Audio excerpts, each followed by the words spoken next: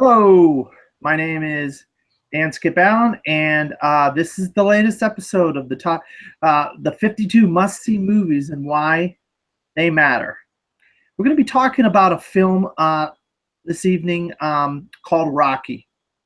Why is Rocky such an essential film for everybody out there watching this episode and people that aren't watching this episode of the 52 must-see movies and why they matter? It's just such a phenomenal film, and I couldn't ask for anybody better to talk about this film than Mr. Stephen Billings. Introduce yourself, Stephen. Hello, everybody. I'm Stephen Billings, Film Club Central, Film Club Movie Show, and also Top 5 Weekly regular member. Yes, Rocky, one of the great sports films of all time. Yeah, I mean, I'll let Dan get introduced to the movie a little bit more, but really excited to talk this movie. It's one that my dad showed me growing up, and I've watched so many times, and I can't wait to have a nice discussion talking about one of my favorite boxing films, sports films, films in general.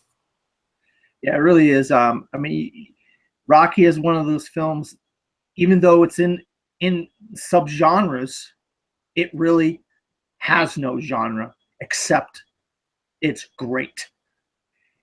It exceeds genres. And getting into some of the reasons why it's such a great film is we're going to talk about the cast and the director and the people that do the music. And so first and foremost is Mr. Sylvester Stallone. He stars in this, and he also wrote this film. And I just want to bring this up. We're not going to talk much about this, but I just want to bring this up. He basically got the idea for this story from a real life person named Chuck Wepner. And Chuck Wepner was the real life Rocky. And guess what? May 12th, the film about Chuck Wepner is coming out. So if you want to know what inspired Sylvester Stallone to write this movie and to do this movie, Chuck on May 12th. All right. So Sylvester Stallone is the star. He plays Rocky Balboa, and he's basically kind of guy. He just bumming around. He's kind of like an enforcer from local mob boss in Philadelphia. And then he meets a lady. He buys turtles and fish and stuff in this little pet shop named Adrian, and she's played by Talia Shire. Other who's buddies with they're kind of buddies. We got Burt Young plays Mickey. Not Mickey, God. Paulie. I got it right here in my notes. Paulie. And so those are two of Rocky's friends. And then we have Burgess Meredith as Mickey, and they have Mickey's Gym. You may have seen, a lot of times on social media, they have these T-shirts. They try to sell these T-shirts, and they have Mickey's Gym. And you can buy it, and that's Burgess Meredith, the character from Rocky. Obviously, Burgess Meredith from his work on the Batman TV show. He played the Penguin. But he's a legendary actor, and this really is the role that put him over the top as being such a just legendary. This is probably one of the only roles that people know him by. Carl Weathers, who plays I wouldn't say the villain, but he's his opponent. He's actually the heavyweight champion of the world, and Apollo Creed. We'll get into that, why Rocky and Apollo are going to fight each other. But Carl Weathers, very charismatic actor who really brings life to Apollo Creed. And so then we have the director, who is called, I got it right here. God, I can't have the names of the people. David Albertson is his name. And basically, I know Rocky. Sylvester Stallone wasn't the director, but he might as well have been the director of this film. He wrote it. He stars in it. he ends up directing future versions of Rocky movies down the road. Sylvester Stallone does. David Albertson is basically kind of a, I don't know, a stand-in in a way. His first name's John. Oh, I had it on here as David. It's John. I don't know. Okay, John Albertson. My bad. John Albertson. God almighty. Looking at the IMDb right now. I'm glad you corrected me on it. It is John. I said the wrong name. G. Albertson. That's my mistake on that. And then we have Bill Conti, music from Rocky. There's conductors and there's people that do music in movies. John Williams, for example, that are just so well known. But the music in Rocky is considered some of the most well-known music in all of film. So discussing these characters of Mickey and Polly and Adrian and Rocky and all these people in this film, what stands out for you with these characters and pretty much the cast of this film? Well, of course, with Sylvester Stallone, if you don't really know the backstory of this, this was Stallone's first real project. It's the first thing he really did, and he really stuck to his guns about wanting to play Rocky Balboa. They wanted to get other people to play him. They wanted to get Burt Reynolds. They wanted to get, some of the top names of the 70s to play this guy. But Stallone was like, I'm not selling you my script unless I get to play Rocky. So finally, after many, he denied a bunch of money. He denied, I think, up to $200,000 for the script until they finally said, okay, we'll cut the budget down and you can play Rocky. So just there alone, I love the passion, and he's trying to break into the industry because, at the time, Sylvester Stallone knew what kind of actor he was. And that's the important thing. He knew he's a physical guy. He could only do so much to break in. And he wrote this movie around himself. He knew he could play the role. And with Rocky Balboa, man, he's one of the most iconic characters ever made. And Stallone plays him with such a sincerity, such a naturalness to him. I think, and his script is so natural. You don't feel like anything's, anybody's like acting. You feel like it's real people. And there's a very human quality to the first Rocky movie. Of course, I love a lot of the other Rocky movies, but there's something about the first Rocky film that just feels a lot more grounded. And like you said, it goes into other genres. To me, I look at Rocky, it is a boxing film, but a lot of it is just a human drama and about the human spirit and about overcoming odds. And it's really one of the most inspirational films ever made. With the other cast, Carl Weathers, he's a guy that really hadn't acted either. He was a football player, and he was looking for something he could get into, and this dude just comes in and he knocks it out of the park and breaks the audition. With Talia Shire, she's part of the Coppola family, if you don't know this. So she doesn't even use the Coppola name. She just goes in there and just blows them away. They didn't even look at anybody else. It's just a great cast all around. You got a mix of veterans with newcomers, which is something I think that works really well. You got like veteran, you got newcomers as the stars and you got veteran actors around them. I think that really makes a picture can be really great. And like you said, Conti's music is kind of just the heart and soul of this movie. Like just moments where Rocky is, feeling something, and then the music feels it with him.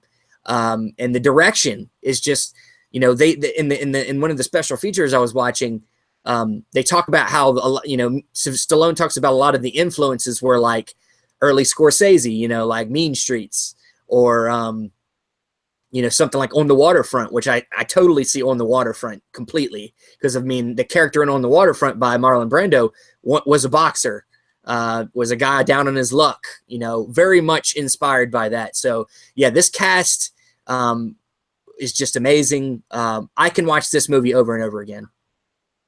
No, I can also watch the movie. I have watched it. I've watched this movie so many times. I mean, I was just 1 years old when this film came out, but I started watching it in my probably 5 or 6 years old in the early '80s. I started watching Rocky. But let's get into the story and the movie as a whole. One of the things that I love about this, I think it really sets the mood and the atmosphere for this movie, is that the streets of Philadelphia or wherever this, if they filmed it in Philly, they really had a gritty kind of like dirtiness, a kind of like realistic look to this film. And I absolutely love that. You know, when Rocky's walking the streets, you know, he didn't have any money. He didn't have a car or anything like that. So he's walking. And then later on in the film, there's training montages where he's running around and stuff like that. It really had a great setting of Philadelphia. They did a nice job with that as far as I'm concerned. And so that leads into the kind of beginning of the movie where Rocky's just kind of bumming around for this enforcer, and he's kind of not doing a whole lot. We see him fight Spider Rico, which later years we come to find out Spider Rico and Rocky become friends in a future Rocky movie. That's a whole nother ball of wax, you know. But and then there's this. He's like walking the streets and he sees these kind of kids on the street corner, and this little girl named Marie, and they're all picking on him because he's this bum and he's this kind of enforcer for this local mobster. He kind of, you know, goes and basically beats these guys up to get the money that they lost gambling or whatever it is that they owed the gangster or the mobster. And then, you know, he goes into the gym, Mickey's gym, and he lost his locker. Mickey gives his locker to a up and coming other fighter, and he says, why did you take my locker? I've had this locker for 6 years. Why'd you take it? And Mickey goes, because you're a bum, you're a loser, you're a nobody. And we really get the kind of even with Adrian in the pet store, where nobody respects him and nobody cares about him, and he's kind of a nothing at the beginning of this film. And it really sets the film up and sets the viewer up for some great things later on in the film. Go into some of this early stuff in the film that I talked about, and anything that you have that you would like to bring up. Yeah, I mean, adding on to what you're saying, I think that the film does a really, like you said, a good job of setting up Rocky's world, setting up where he is in the sense of even his mentality. You know, he's somebody that's kind of had a really shitty day, you know, at the beginning of the movie. You see how he lives it by himself. He's lonely. He walks the street at night. He has a job that he obviously is too good for. It's not something he should be doing because he's obviously a nice person. And he doesn't even break the dude's thumbs. You know, he takes the dude's money and doesn't even hurt the dude. And then he gets yelled at by his boss for it. And then there's also, you know, he does go into the pet shop, and you get a little bit of that obvious that Rocky has a thing for Adrian, and she's shy and, you know, doesn't really say much. But yeah, you know, Mickey, I think that with that scene you're talking about, you know, it's kind of the starting point, I think, of what really turns Rocky into this mindset that, you know, he's got to do something. He's got to make something happen, you know, in his life, no matter what, you know, because at the core of this movie, it's not, it is a boxing movie, but it's also a love story. It's a romance between Adrian and Rocky. And I think once that happens, his sights turn to Adrian, and he starts to push, you know, to bring Adrian out of, you know, her shyness.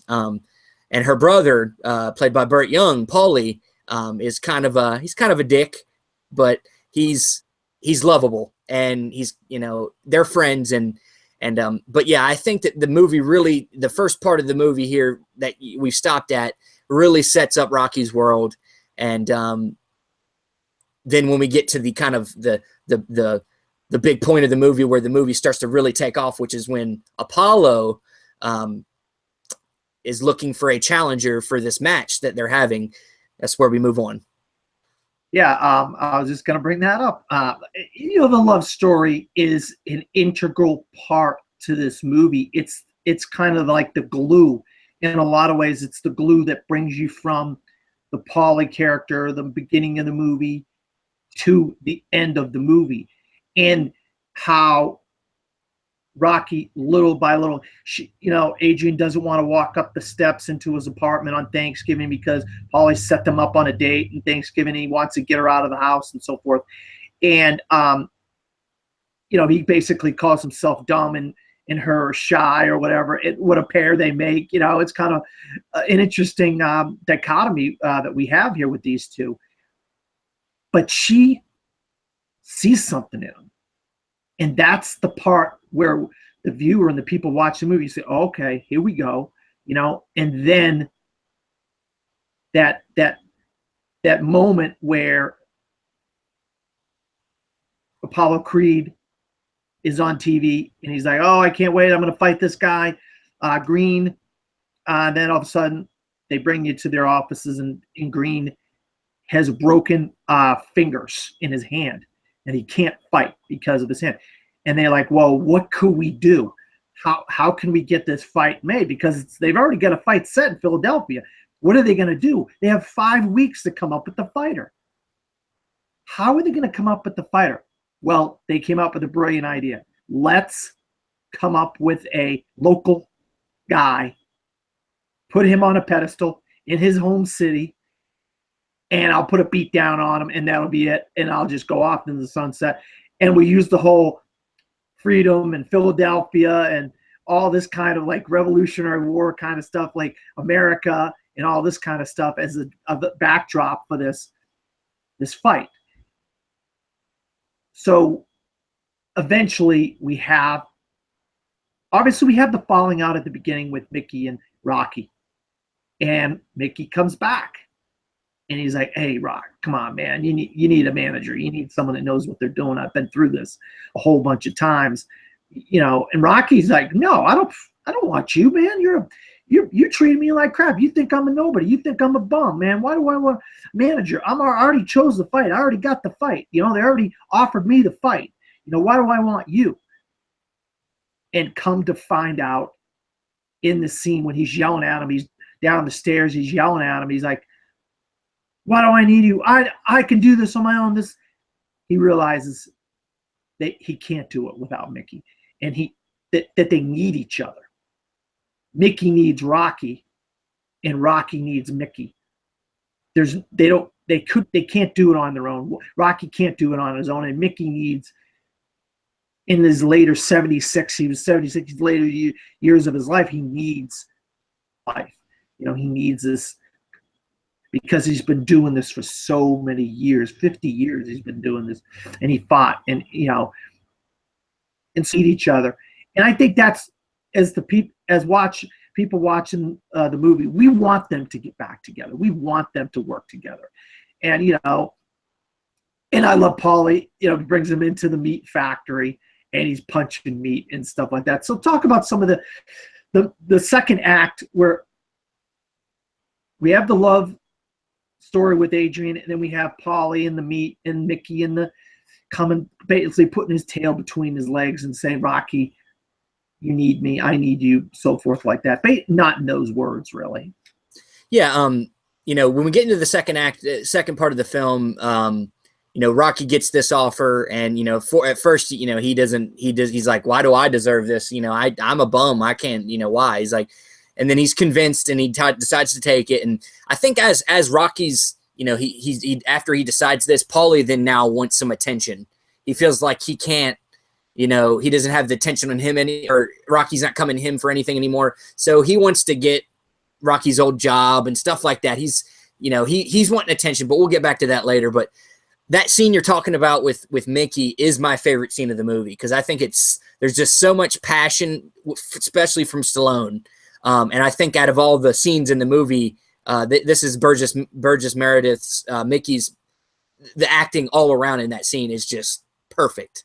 But just Stallone just really just going there. He's like, you want to move in here? This place is a dump. This is a nice place. It stinks. Just really just trying to be mad, but he can't be. He's upset more at himself, for not being able to believe in himself. And he needs Mickey. He knows he needs Mickey, so he runs after him. But we also, like you said, we start to grow the relationship with Adrian. Adrian starts to open up more, and actually eventually moves in with Rocky.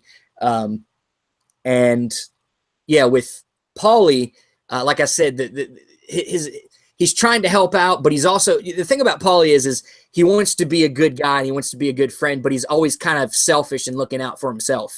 And it's just it's an ongoing theme with Paulie throughout all the films. But he wants to make money off of this and stuff like that. He brings Rocky in to do an interview. Or am I thinking of the second film? You're talking about the right film, because there's an interview in the Icebox. Yeah. Sometimes I get mixed up with the second film because I actually look at the first two films as one movie. But yeah, he brings them into the Icebox with all the meat, and he gives them an interview. Paulie's trying to sneak his way in, and he beats on the meat, and just, I know that sounds awful.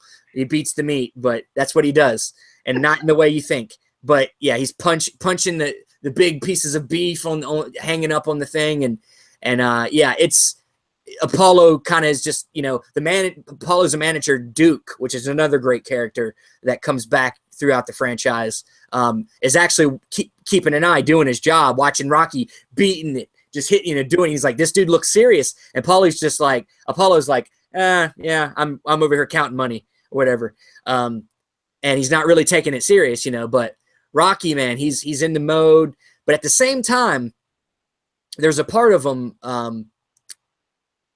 that's just still doesn't think he can do it. More than anything, he wants to know that he can go the distance. That's the big thing about this movie, is Rocky never thinks he can win. He just wants to be able to prove to himself that he can at least go. I guess at the time it was 12 rounds. I'm pretty sure. I think it's changed since then.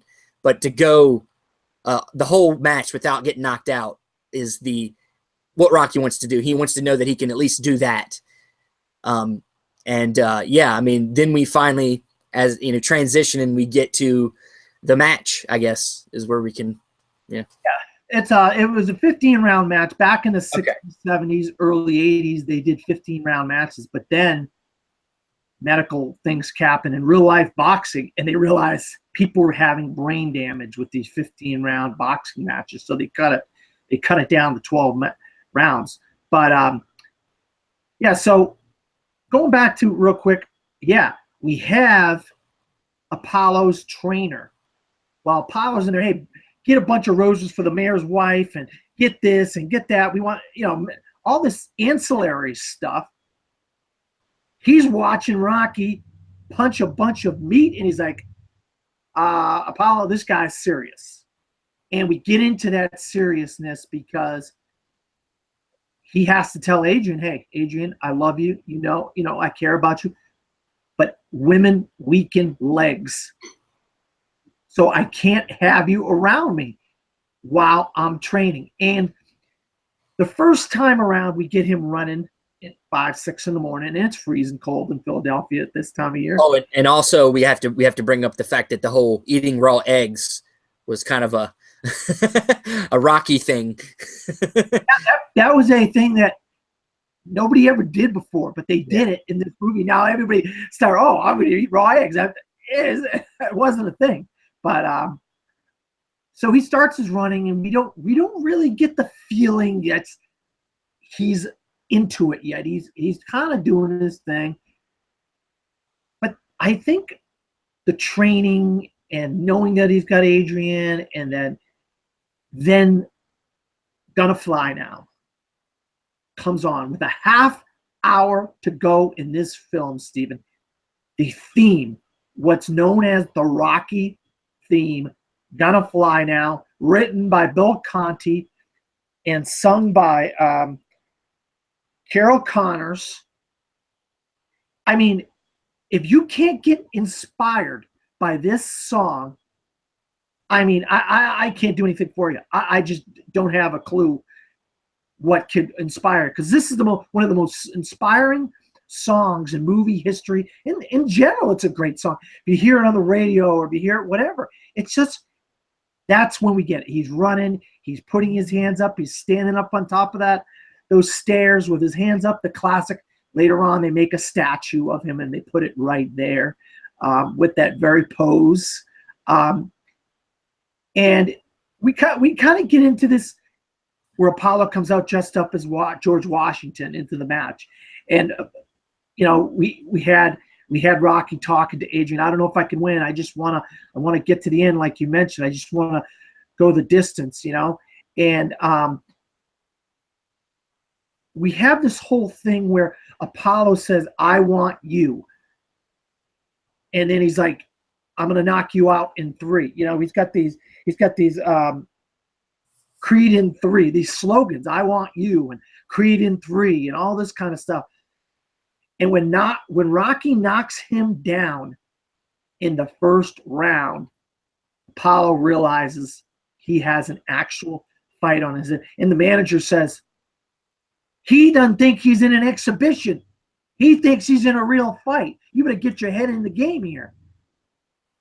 So give me some of your thoughts on the lead up to the fight as a whole, at the beginning, and then we'll get into the ending of the fight, which is another iconic moment in film history.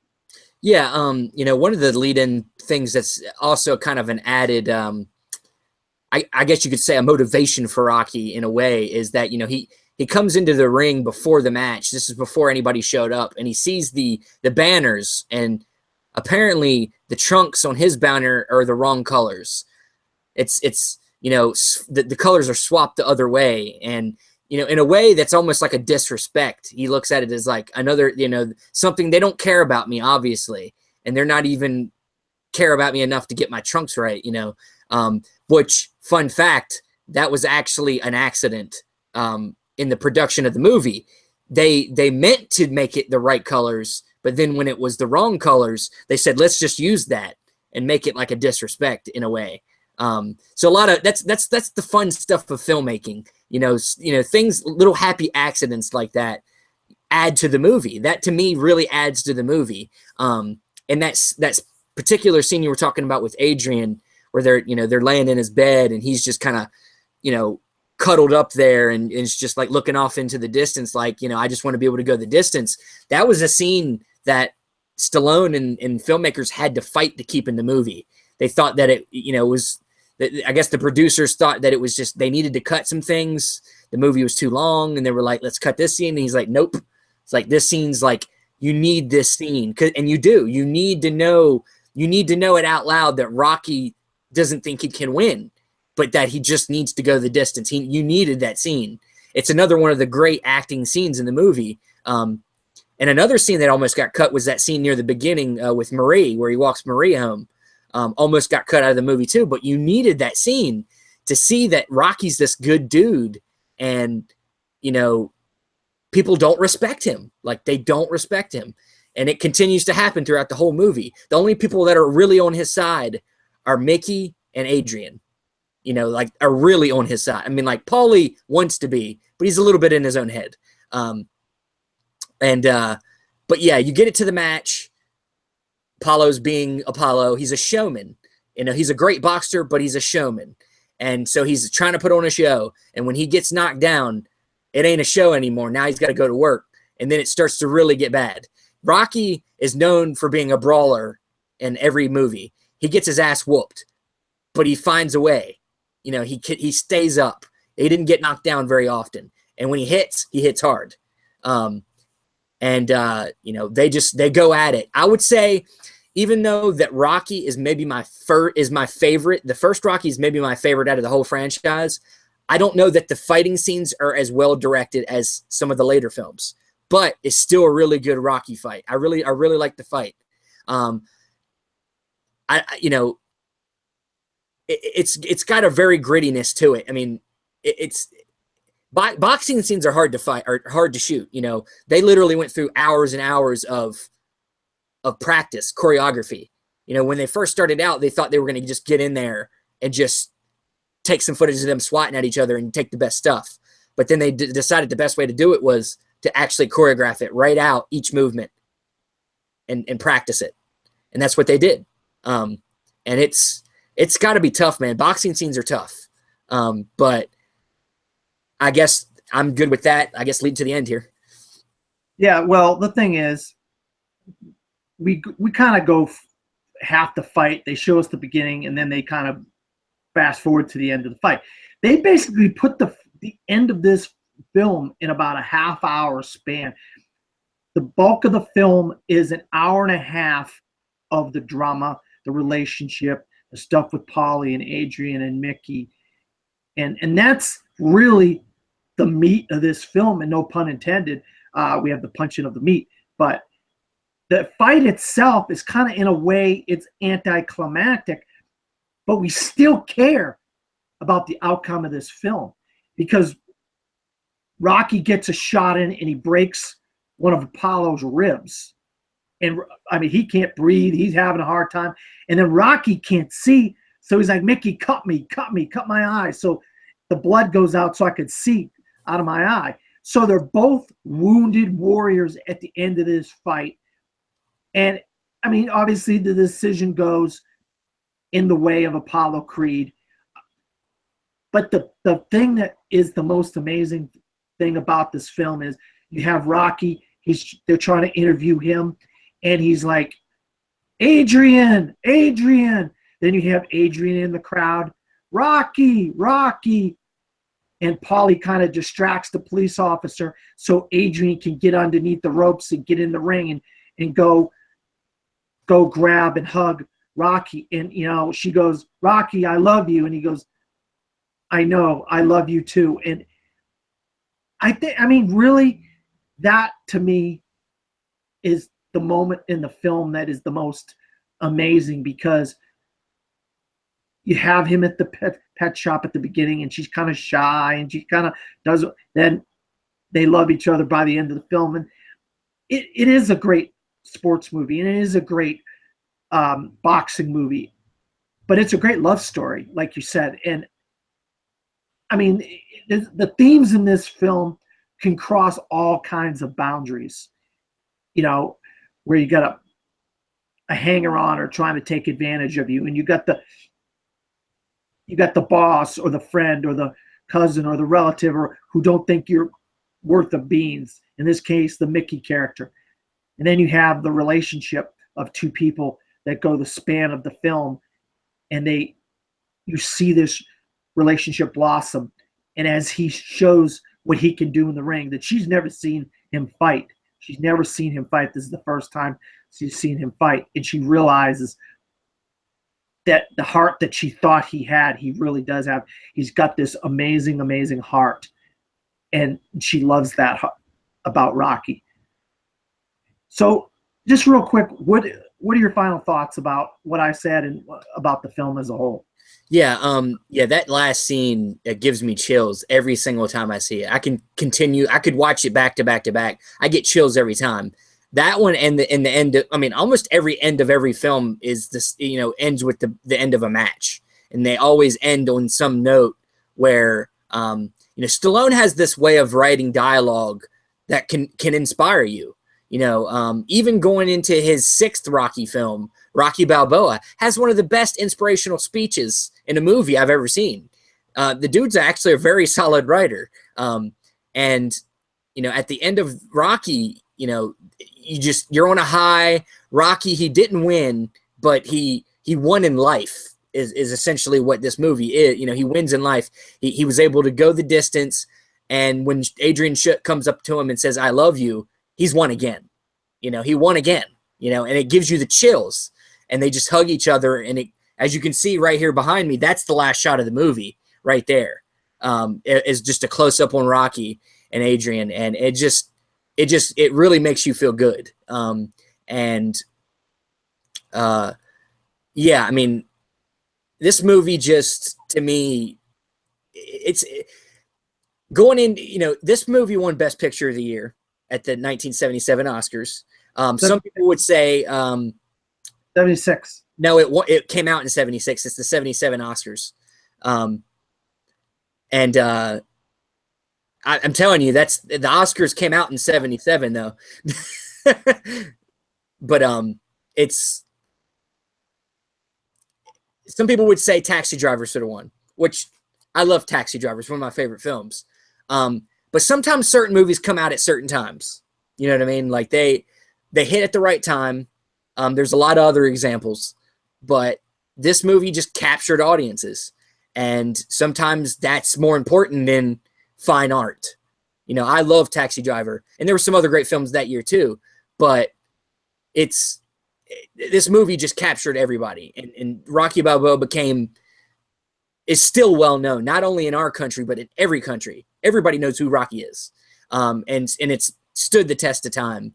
And it's just one of the movies that I think will live forever. Yeah, absolutely right. Rocky spawned six sequels, I should say, six sequels. And it, like you said, it stands the test of time. It is considered one of the greatest sports movies. Usually it's on everybody's, if you go on AFI or Sports Illustrated or whatever, it's usually in the top 5 of the greatest sports films of all time. Almost everybody in the film got nominated for Oscars that year. And I think Rocky won for Best Screenplay, and the film won for Best Picture. Those are the 2 winners. But I absolutely love this film, and I know you love this film, and I was glad to have you talk about Rocky with me on this 52 must-see movies and why they matter, and why Rocky is such an essential film for everybody out there to watch. Hope you all enjoyed this episode of the 52 must-see movies and why they matter. Stephen, where can you be found? Well, I can be found on YouTube, Film Club Central. We do the Film Club movie show every other week, and you can find it on Facebook also. And you can find me at Dan Skip Allen on Facebook, Twitter, Pinterest, Instagram. I co-host a podcast called The Best Damn Movie Show, where this episode of the 52 must-see movies and why they matter will be on the Best Damn Movie Show YouTube channel. Also, another show on this channel called The Top 5 Weekly, where Steven is a very frequent, actually every week, panelist on that show. Not frequent. He's been on more episodes than me. So for Steven and myself, see you next time. Good night. Do, do, do. Do, do, do.